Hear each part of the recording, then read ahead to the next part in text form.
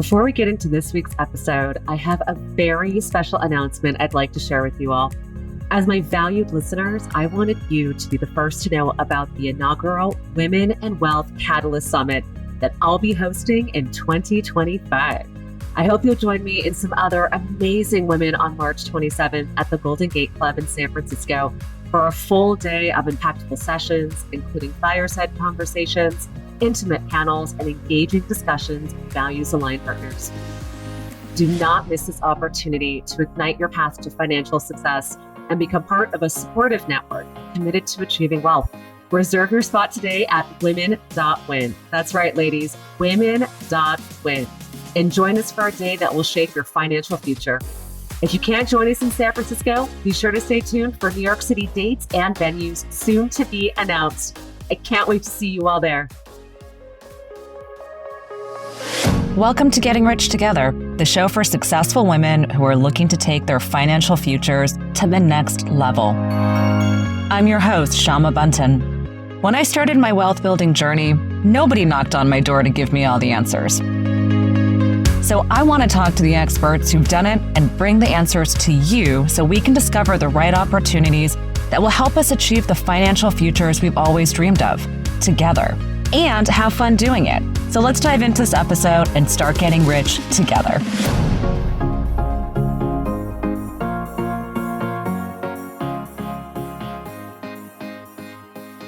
I am here today with the incredible Janell Ocampo. Janelle, you are not just an incredible business leader, someone who's been able to build and exit a business, but you lived a pretty delightful and holistic and delicious life. And I know that there is so much to come into this beautiful future that you're creating.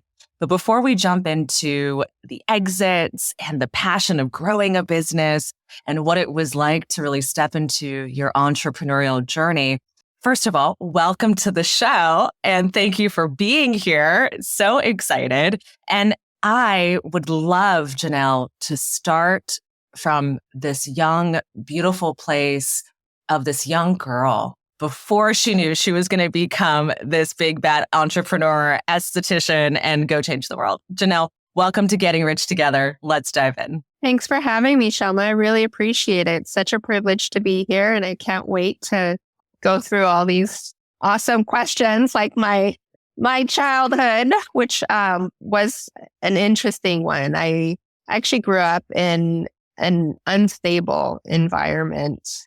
My mom left at 2, and my dad remarried someone he had just met, and his stepmom was raising me. And I actually grew up with a lot of neglect and abuse. But through that, I knew I wanted to do something that would help people when I grow up. I had that set in my mind, and I first started with I should do child psychology. And I remember sitting alone thinking, like, I'd be someone that kids could talk to. Little did I know that, you have to have like health insurance for that. And, only certain kids get to have the privilege of talking to a child psychologist, which I obviously wasn't one of those. But I moved over and I decided to pursue nursing because I thought it might not be quite as heavy when I got older and, really thought about my career choices. So yeah, I ended up growing up and becoming a nurse and pursuing my career from there. And when you were in high school or sort of, starting to figure out, who do I want to become and what I want to do, obviously being of service seemed like it was something that was strong within you. But as you decided to, go to university and start to make these decisions, how did you or how much future planning had you thought of at that time as far as entrepreneurial streaks or streaks of independence? I feel like often we can identify these points of young independence. I want to do this on my own or have this thing or feel a sense of ownership of self. How early in your life did you start to recognize those things within yourself? I went to 7 different high schools. I was on my own from the time I was 15 onwards. So it was a lot of survival And I remember one night, a friend of mine was allowing me to stay with her in her room, but she didn't want her grandma, because she didn't live with her parents. She wanted her grandma to know that I was there spending the night. So when her grandma knocked on the door, I jumped out of the window so she wouldn't get in trouble. And I didn't have anywhere to go at that time, and kind of in between staying at a lot of friends' couches and things like that. And so I walked that night, and I acted like I had somewhere to go. And I can't believe I feel emotional sharing that right now, because it's something that I've talked about a lot of times. But that moment for me was like, okay, I really need to change my future. My parents weren't stable, and I knew I needed different. And I remember my grandmother, when she was younger, she would tell me, Janelle, your key to changing your future and getting out of your situation is an education. You need to go to school. You need to go to school. So I told myself, I am going to do something different than my parents, and I'm going to go to school, and I'm going to make something of myself. And so growing up through my high school years and into college, I would always remember myself walking that night. And every time I went back to school, it was kind of like me walking that night and going to my next chapter. And it just became this drive and symbol for me that I am going to keep going back to school until I know where I'm going.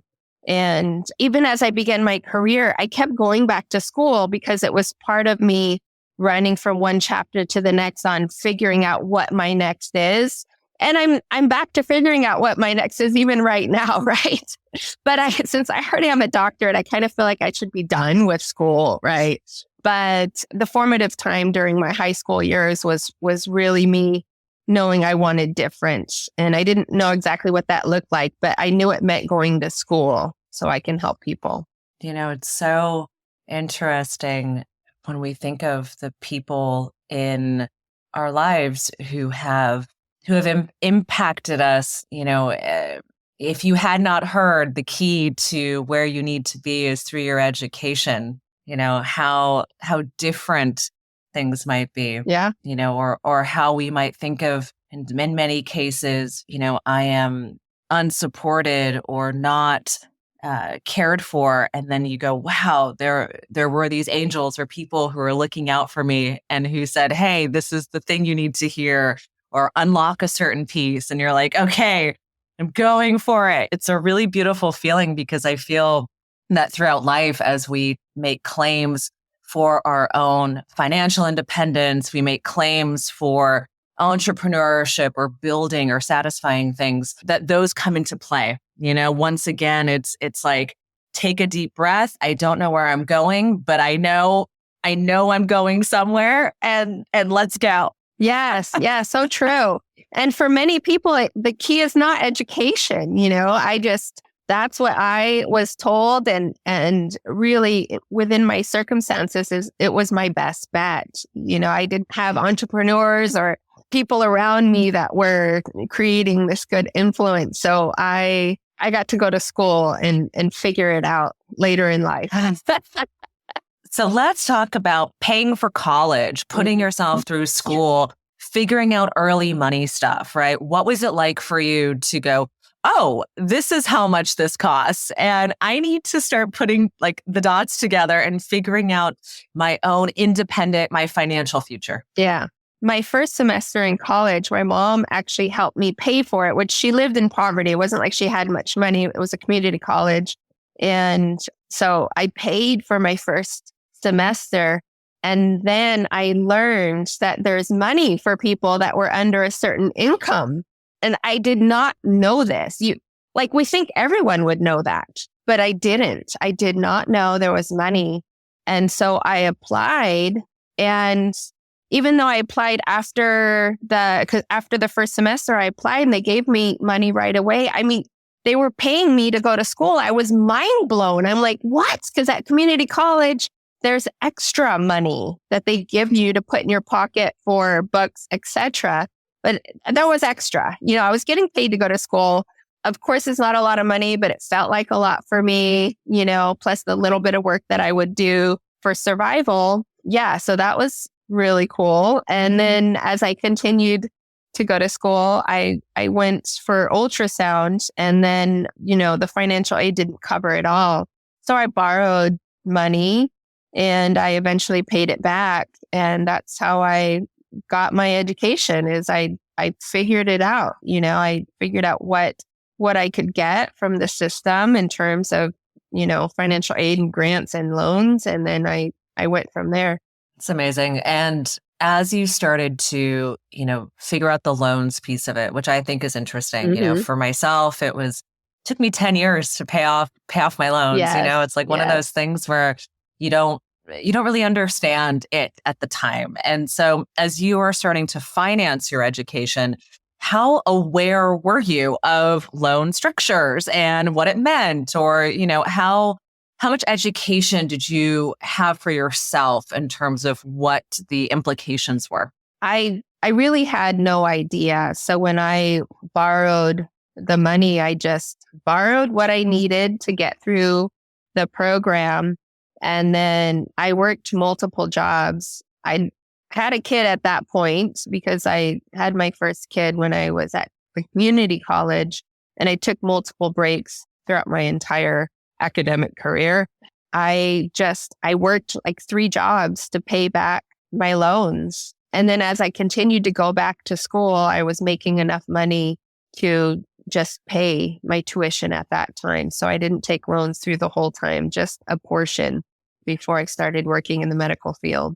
And then I just paid as I went. As you were exiting your exiting university, exiting your education and going into the work field, when was it, or at what point, now you have children, you're getting your feet wet, you're getting out there, obviously building a life, figuring out what's ahead for you. Did you already have ideations at that time that you would open up your own business? Talk to me a little bit about your career progression and sort of when ideas came to you and how you navigated, let's say, career development and your dreams. So absolutely no idea. I was going to school through this education system that was teaching me how to be a good employee. And that was my goal, was to get a job and have regular pay, which is a lot of money for me, and medical benefits and vacation. And I'd have this regular schedule, and I would have it made. And that was my end goal. But when I was a nurse, I decided that I wanted to try Botox. I was obsessed. And I tried it for the first time, and I fell in love with how it made me feel. It boosted my confidence, and I was addicted. And I thought, how could I spend this kind of money as a mom with young children to continue doing this every 3 months? So I need a job in it so I can get a discount and feel justified that I'm spending this money on myself, which I absolutely never spent money on myself. Even to this day, I have a hard time doing this, which, I think a lot of us do to ourselves, unfortunately. But I went back to the doctor during a follow-up, and I told him how obsessed I was. And he said, I'm opening a business and I'm a little short on cash. Why don't you just be my partner? And I ignored any red flags that popped up in my head and was just like, yes, a doctor wants to partner with me, and I am going to do this business thing, and I'm not going to say no. I'm doing it. And I borrowed against my home, and he kind of left me to run this second location by myself because he was busy in another location. It was over $100,000, which was a ton of money for me as a labor and delivery nurse, and just had my first little 1,100 square foot home that I had bought. And, it had gone up in equity. So I was able to borrow against the home for this money, for this business. And then he started stealing from the business in the middle of the night. And I called him out on it, and he said it wasn't true. So I put up cameras, and then I'm like, look, man, I have proof that you're stealing. And he was feeding his other business with it. And he basically said, I'll pay you back, but you've got to go, and I'm like, wait, I'm the one that built this business. You didn't do anything. And he's like, well, too bad. And I'll pay you back. But then he wasn't paying me back. So I filed a lawsuit, and this was really painful, a very painful process. But I ended up finding out that he lived in a hotel and was hiding from everyone because he owed money to everybody. He had 1.5 million in tax liens alone. So, the IRS would get their money first before anybody else. He just lived under the radar. He was a bad guy. Didn't do my homework. I ended up with a judgment that I never got to collect on. And I went back to working 3 jobs to pay this money back, to not harm my family at that time. And I decided I would never open a business again. I'm going to go back to the hospital and work in a stable environment. And patients would track me down and say, Janelle, I need you to do my Botox. I don't trust anyone else. And I felt obligated that I should do this. And I really loved what I did. I just didn't want any involvement in business. So I knew I needed to go out and do my own thing if I wanted to continue in this industry. So I wouldn't be affiliated with anybody that was doing something unethical, and I'd have a stable business. So I decided to just open a small place, share a location with somebody else, and play it safe this time. And my goal was to break it even after 6 months, although I didn't have a lot of overhead. And I was profitable within 30 days. That was in 2011. I opened my business so I can do things the right way and do right by patients and just help the girl next door. I wanted it right in my community. I opened in the Cerritos area, and I wanted people to feel good in their own skin, just like I did. I fell in love with the industry because of the positive impact it made on others. I started for the discount, but I fell in love with it because of how it improved others' quality of life. When they did something for themselves, even though it was little, it was a big difference for them, and they can go out and tackle their day and with just a little bit more confidence, or go to that job interview or go to the reunion or whatever it was, and feeling better about themselves because they addressed this little thing that I was able to help them. And my constant reminder is, you are beautiful with or without this treatment. I'm here to support you and address this one thing, but whether you do it or not, you are beautiful. And I want you to feel good. And so I got to do that for a lot of people. And it was such a privilege. I just loved it. Mm. Yeah.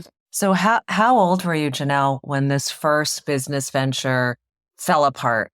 I was 29, I believe, the first one. Wow. That was in 2005. Yeah. Wow. That is really, and how old were your children at that time?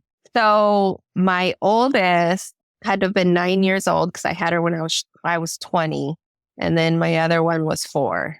What an incredible, pivotal moment to have such a big learning with so much going on. How brave you were to step out of that and say, all right, I'm going to go back and work these jobs and, get yourself emotionally, not just financially, but emotionally back together from something that's extremely traumatic. I think that for almost everyone, certainly for myself, it's, when you have a business breakup or something traumatic happens, it can often also feel worse than, let's say, a romantic or friendship breakup, because so much identity in being a businesswoman and taking a stand or a leap for ourselves. And there's so much in there, that it's not just, oh, I tried a thing. It's I really threw my heart and soul into something and built it. And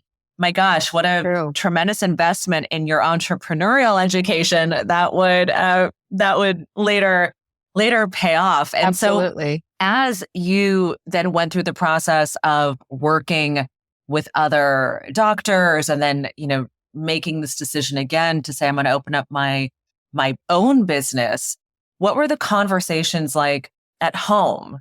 How did you have the conversations around money, around what it was going to take for the family, right? For you to start this business, because you weren't just single and on your own and, let me start this or do this. It's not just you starting the business. Essentially, the family has got your back in some capacity and you have theirs, and you guys are opening and going into this venture. So what were the conversations like at home around money, around time, expectations? Spill the tea.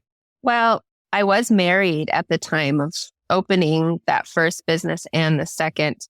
I had met my husband at 16 years old, and I attached to the first guy that gave me attention and made me feel loved. But with that relationship came a lot of physical and verbal, mental abuse. And so I was actually in an abusive relationship for that entire time. So he wasn't too involved in the decision making either time. I just made sure that the family was whole in terms of earning the money back. So it didn't put him out in any way. And so same with when I opened the business the second time around, I had another job that was paying for the expense of opening that business. So it wouldn't make an impact on the family.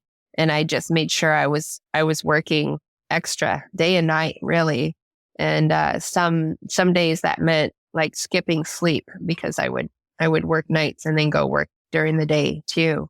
But that was the way I could get through without creating conflict there at that time. And of course your kids are going, wow, mom's a superhero. She's like, she's building business, she's working, she's keeping it together. What did your kids know when you started the second business? Did they know that mom was an entrepreneur, that she was, starting a business? How did you explain that?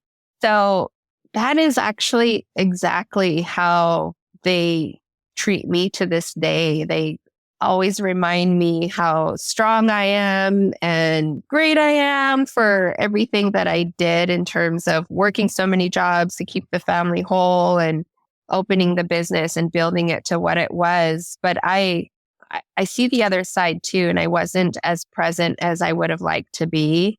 And they seem very understanding with that. But that's one thing that I struggle with as a mom is like, I love them so much. And what could I have done better? And it's my life that I'm living for the first time. So it's not like a complete regret. I understand and I give myself enough grace that I did the best I could with the time and amount of experience in my life that I had, right? But they were always really supportive of me, and they would come to work and made my kids work for me. And they were great. And actually, my first daughter, she became a nurse practitioner and has worked for me ever since. And even selling the business, we unofficially partnered in the second location, and she helped me build that second location up. And she's still there, even though I sold a year ago. She absolutely loves Belle and the brand, and she's there treating patients and doing what she loves as well. So it's really cool. Yeah. That's amazing. So let's talk about the early days of building the business. I think what's exciting is there's always that moment where you go, okay, I no longer have to work that second job. I can devote myself to this full time. This is going somewhere, I can start to save money now and, really start to feel momentum. Talk to me about momentum building. When did you get a chance to quit the job? When did you get a chance to really start paying yourself the money you deserved? So I kept a second job for about 6 months until I couldn't handle the two anymore because I enjoyed all of my work. I just needed to focus more on the business because it was growing so much faster than I could have imagined. It was really great within 30 days. And I was just humbled and amazed. And I think I just started in the industry at the right time. And I gave the patients this personal relationship. And it wasn't like this weird push of any type of pressure. You need to do something. I just supported them in their needs. And it was just an easy, low pressure environment. I was accessible. There wasn't a lot of legitimate places in the area. And so they just came. It grew on word of mouth, and it was just absolutely amazing. So I stopped working a second job because I just needed to be able to sleep enough hours at night for me to be human. And that was really cool. I had no idea. My intention was to just enjoy what I was doing, make enough money to have a stable income for my kids. And it grew into something so much bigger than I could have dreamed. That's amazing. It's so exciting. So at what point, so at 6 months in, you're like, okay, this is my full-time thing. At what point were you like, all right, family, we now have capital to go on some fun vacations. Like, let's talk a little bit about the growth of money and the growth of wealth. And obviously what I think is so interesting is business monies can grow, but your personal wealth isn't always growing at the same time because you are reinvesting in the business and doing what most people would hope to do, which is what you did, which is eventually exit the business. But that is at the time likely something that is not top of mind. I'm reinvesting because I'm going to exit, right? It's normally I'm reinvesting because I want this thing to be the best thing it possibly can be. So talk to me about starting to draw resources from the business for your family and for yourself. What was it like? When did it start to happen? When did you eventually move out of the 1,100 square foot home, or did you always keep the home as an amazing reminder of where life was? Explain to me some of the nuances as things started to grow. It was just within a couple months that it was making more money than I had expected. And it took about a year to have an income that was about double that I was used to. And so it was really fast that a lot of extra money was coming in. I think it was just such a great time in the industry to open a med spa.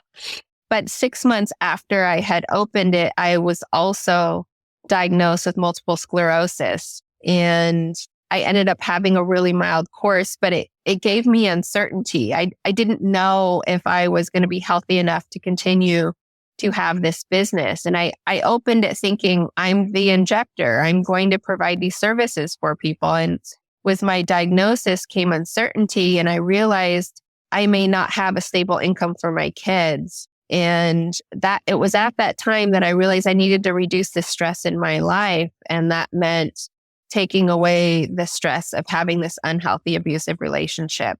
And that took like another year and a half for him to move out and us finally divorce or separate. But I had extra income pretty quick. And that part was just amazing. I was so thankful.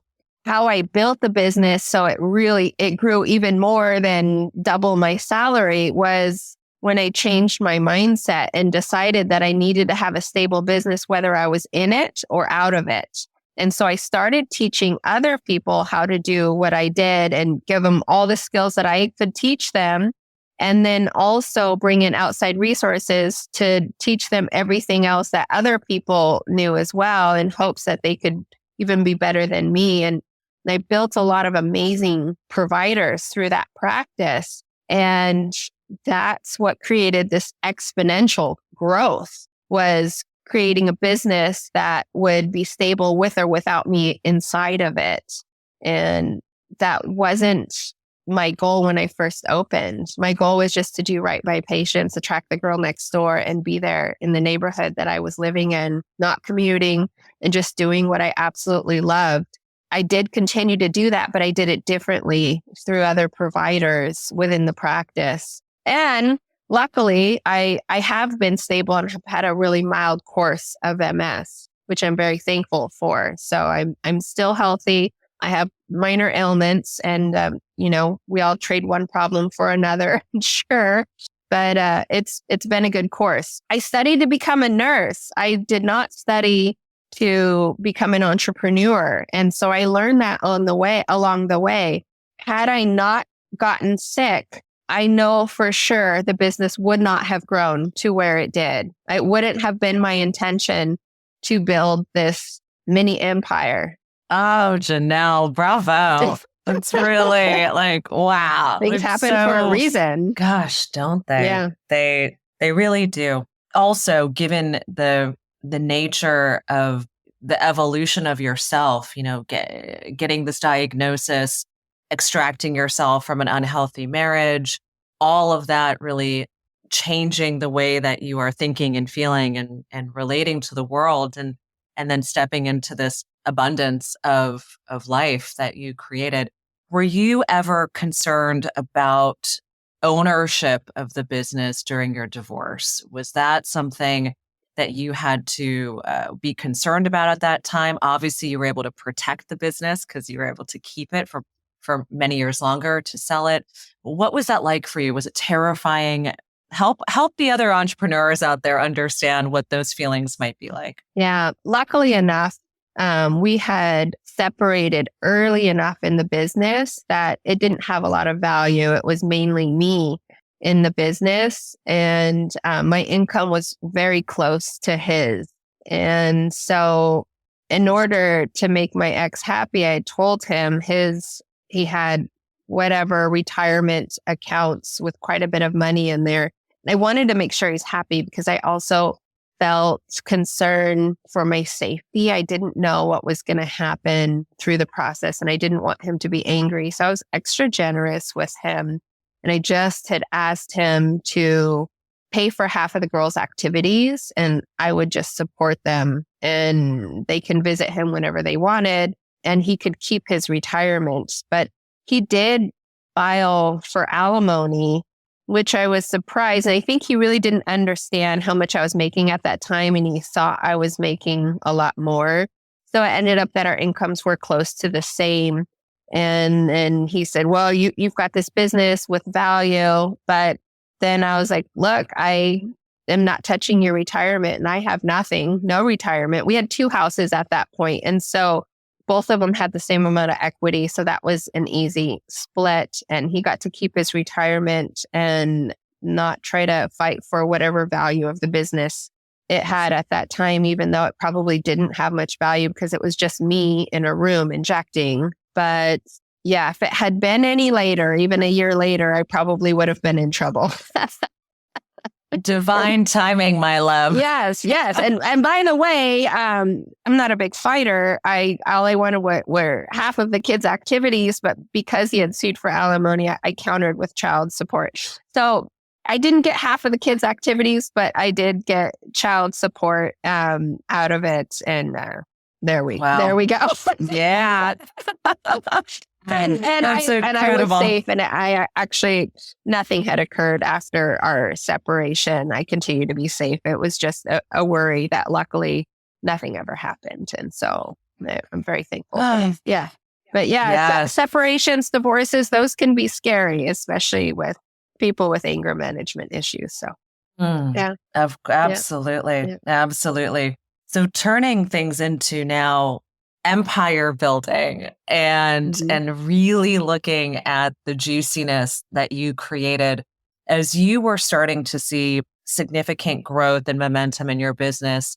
At what point did you start to invest, let's say, your resources and assets into other areas of wealth production for yourself? You know, at what point was it always reinvesting your own assets back into the business? Did you start to take some positions on investing, let's say, I don't know, in your retirement accounts after the divorce, or maybe a brokerage account, or looking into real estate? How did your financial picture start to change, and when did that happen? So I should have gotten a financial manager or some sort of mentor in finance a long time ago, but I didn't. And my wealth grew kind of fast. And so aside from just investing in the stock market, I eventually got an apartment complex and, kept buying and selling a few homes and accumulated a couple rentals over the years. But it wasn't until the exit that I really started managing finances better. And really, a year before the sale was when I started really understanding how to even read a P&L. I mean, I was so lucky that the business went as good as it did, but there was so much that I learned later in the game. The business could have even done better had I understand that financial piece, and I hadn't. And I just go back to blaming my background. I learned how to be a good employee, a nurse in a hospital. I didn't take business courses, how to manage money, how to read a P&L, how to adjust that to significantly change your bottom line. There's so much I know now that I didn't know. And luckily the business was in such a great state that, it did well anyways, but it could have even done better had I understood those things. But these are learning experiences in life. So here I am.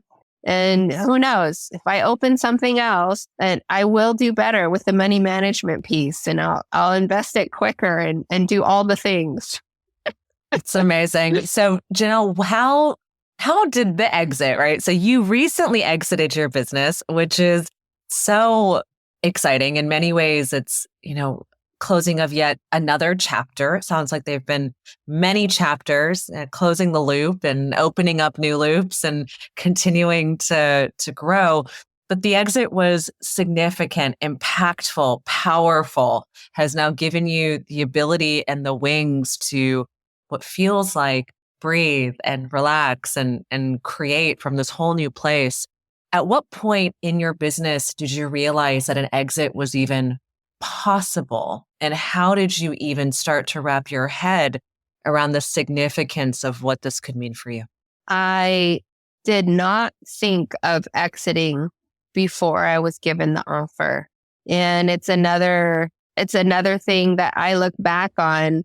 So many business people start with their exit in mind, right? It's just such a famous saying, and for good reason, because then you can really build and quicker. I didn't do that. I started off of passion, a passion for doing right by patients and making them feel good. And it just turned into this wonderful company. And I never thought I could sell. And the business was big, and there were different stressors that would stress me out. And I remember I would talk to a friend and have this certain situation, or an employee who I loved so much moved on, and I was suffering from a broken heart. And my friend was like, "This doesn't bring you joy. Why don't you just sell your business?" And I remember saying, with how well the business does, there's just no way I could make enough money for it to be worth me selling, And of course there are heartbreaks that go away and you get back to business. And it was a company I absolutely loved. And at the time that I was given the offer, the company was in a really good place, and I was enjoying where it was at, and I loved the team, and I felt really good. We got through COVID and had these wonderful team members, and I enjoyed them so much. But it was a great offer, and I started doing my homework, and it was a competitive with a normal range offer. I had no idea that the business was evaluated this way. Another mistake in my, entrepreneur career.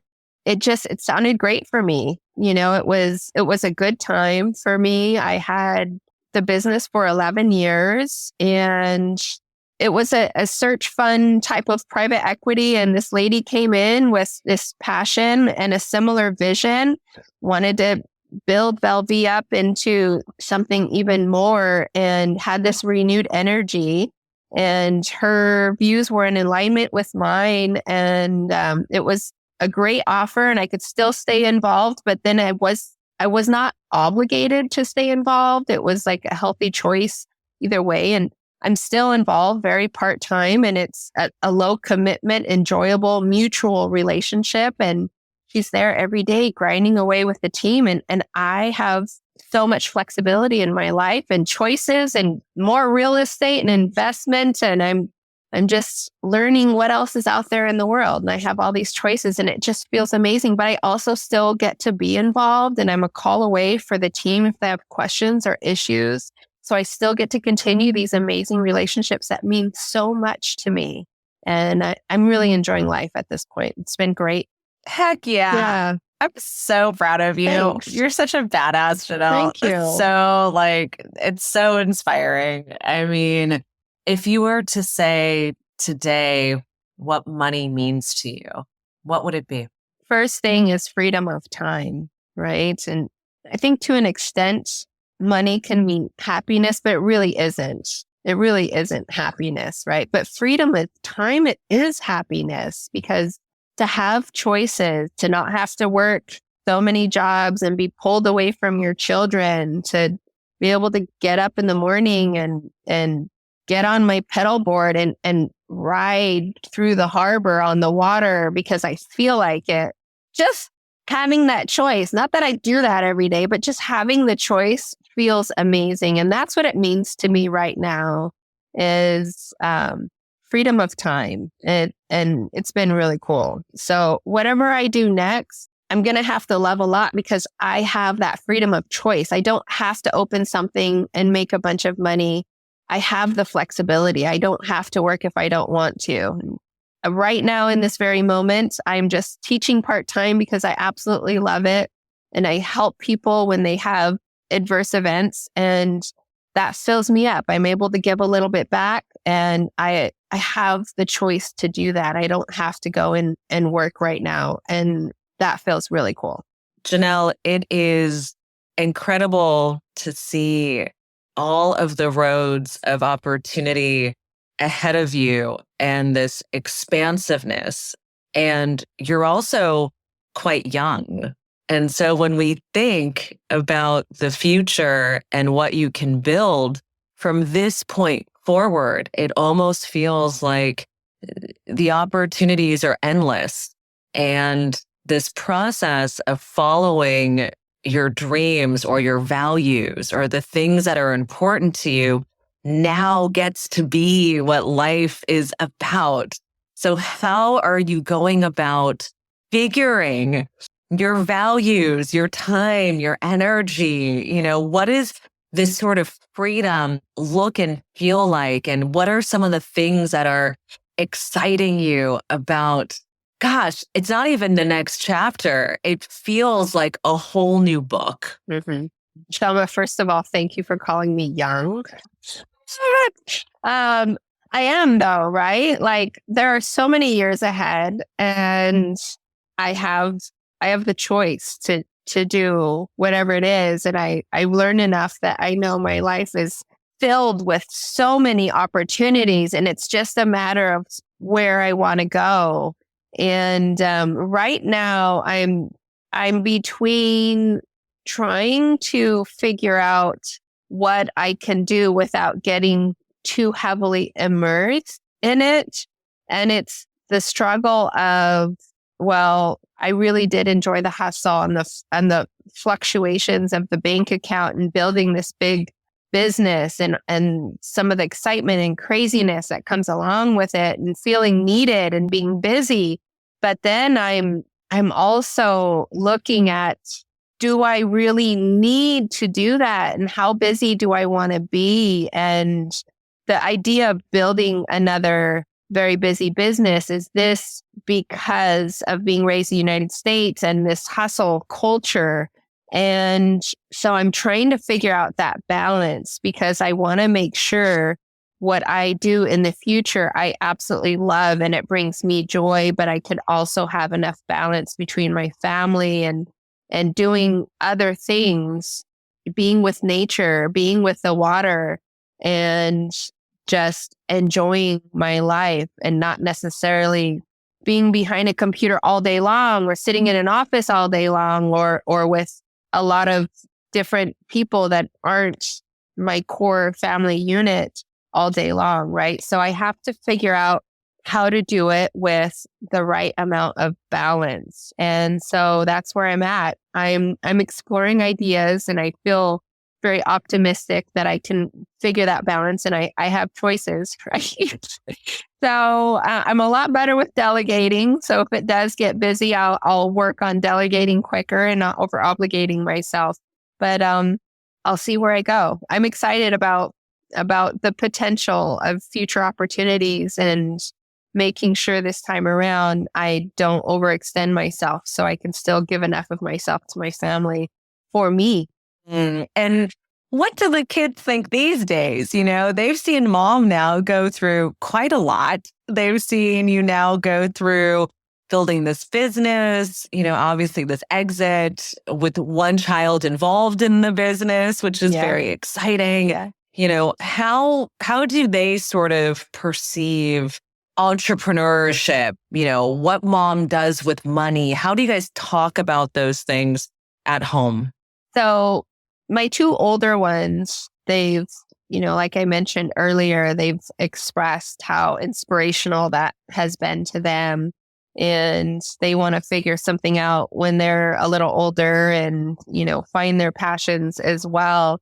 And I think they have a better understanding of life choices because of being able to live through seeing me with my experience in business. And that part is really cool. With the younger ones, they don't care about anything else except having mommy present, right? I have an almost 7 and an 8-year-old. And so I've got 2 rounds of kids here.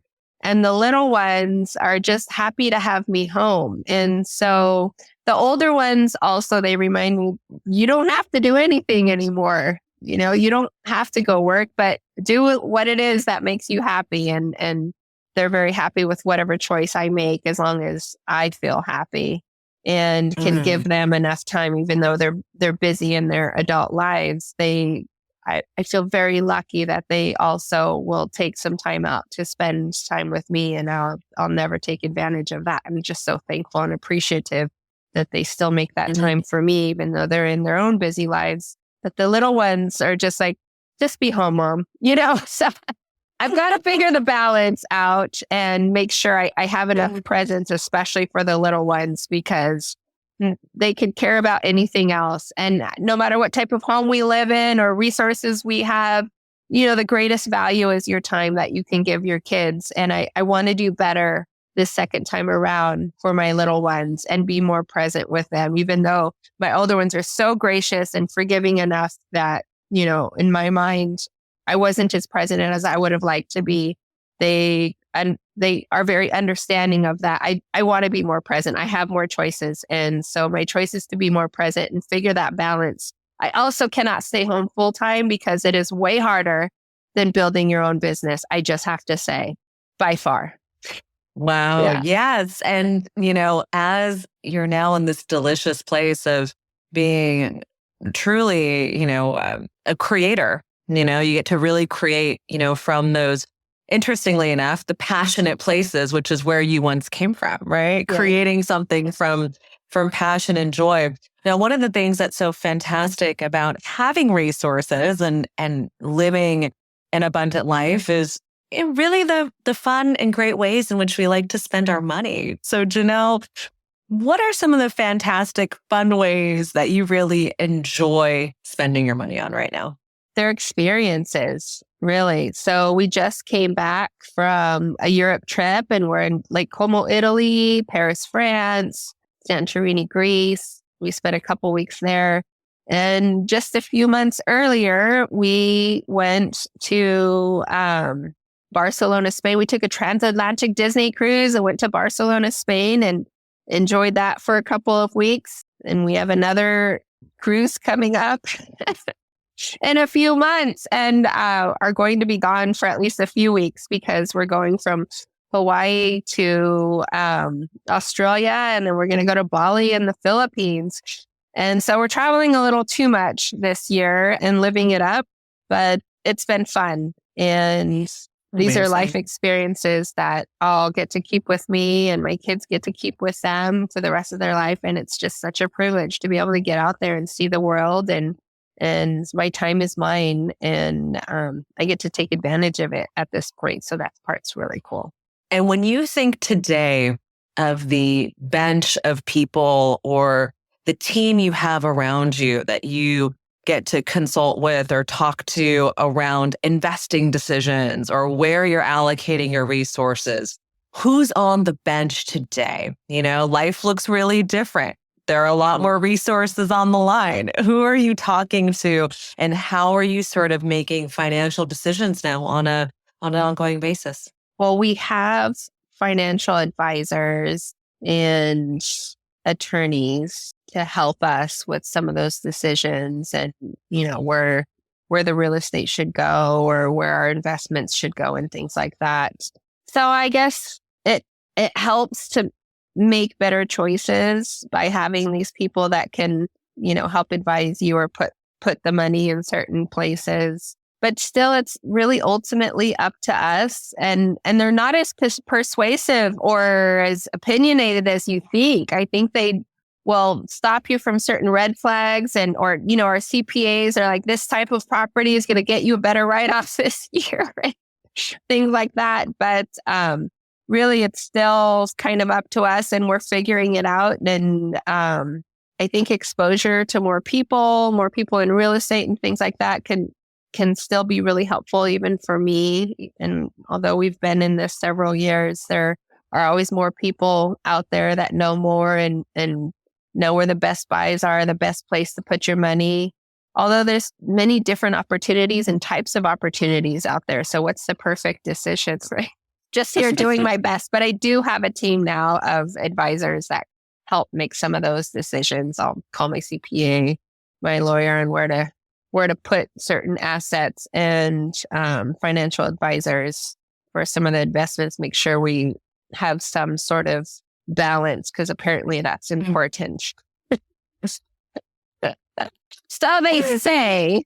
Yes. Right. Yes. Right. Mm-hmm. And so, Janelle, lastly, and this is one of the questions I love asking everybody, at this stage and where you are and what you're calling in, how can the audience support you? If you were to ask for a recommendation, a person to fall into your life, an opportunity, support, what is it right now that you are calling in that you can make a good ask for? Wow. Kind of on a light note and a little funny, but I am teaching part-time, and I have repeated myself so many times that I started making YouTube videos, and I have like 100 followers now. If anybody wants to follow me on YouTube, even if you don't absolutely love very specific medical insight in the medical aesthetic industry, just go and follow me there. Find my name, Janell Ocampo, DNP. I am there. And I could use that 101st follower. So go in and follow me, and that would be a great support. And there you go.